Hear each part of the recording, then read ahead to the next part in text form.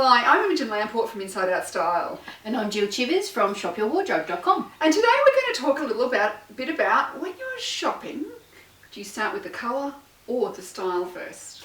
And this came up recently in a conversation I was having with a woman artist who was talking about colour and style and how colour is always the number one thing for her. And it got us talking about, when you're out scanning stores, what do you look for? And colour is really the answer to that. As a scanning mechanism, as a scan once mechanism, that colour is a really easy way to determine whether you're going into a store for a start, and then once you're in, where do you go? Yes, and I really believe this, and I know whenever I'm shopping for a client, I absolutely always am looking at the colour first. Yeah. Because if the colour's not right, it doesn't matter how great the style is, you will never look and feel as good. Yeah.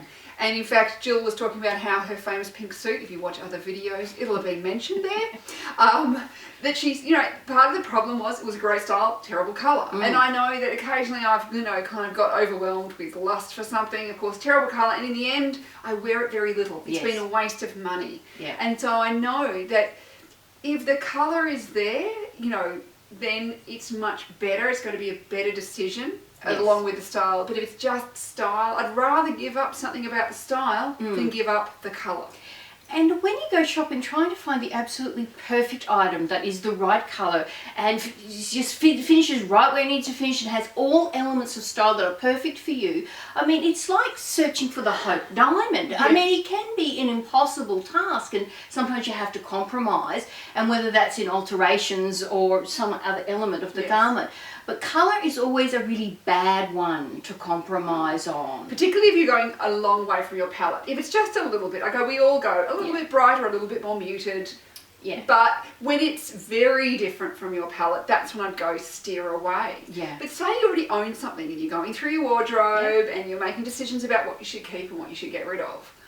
This is when you might find something like maybe your pink suit could have had a dye job and it would have been great. Yeah. And I definitely have had clients where, particularly say white shirts, because we're all told we need a white shirt, and people have these clinical white shirts that really don't suit them. And I know one of my clients, I say, must dye these, she had a beautiful olive coloured eye, I said, let's dye them olive green.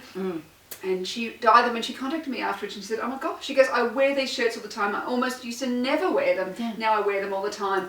And I get so much more value. And I think that's the thing, is you want the things in your wardrobe to be earning their place. Absolutely. And turning lab coats into beautiful items of clothing that flatter your colouring and make you look younger and fresher and all the things we all want to be. As an easy fix, particularly if they were expensive to start with. Cheaper items, you tend not to want to muck around with them too much. But if it has been an investment piece and it's not a huge big deal to dye, that's a really great solution.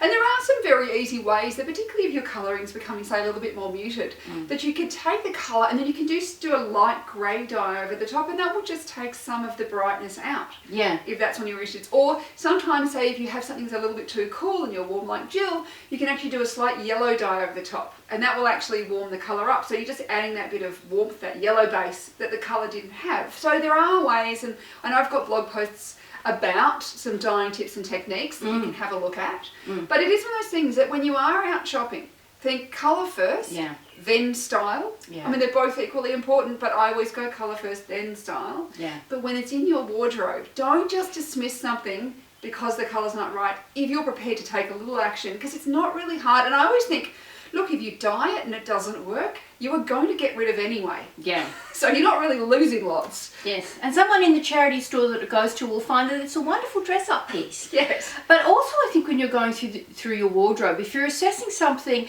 and it's really calling to you because the colour was unusual, or, you bought it when it was such a rare colour that you haven't really seen in the stores since then, but the style isn't quite right, I would keep it. Even if you don't alter it straight away, because it has potential to be altered, upstyled, repurposed, dressed up in a different way, combined with different things. If the colour is unique and great for you, that would be one I would be less inclined to make a swift decision about letting go of. Yes. And there's lots of ways you can change things. It's even things like, you can turn a dress into a top, or you might just go, I love the top of the dress, but the skirt never works properly. Yeah. But there's lots of different ways you can think about changing how a garment is. Yeah.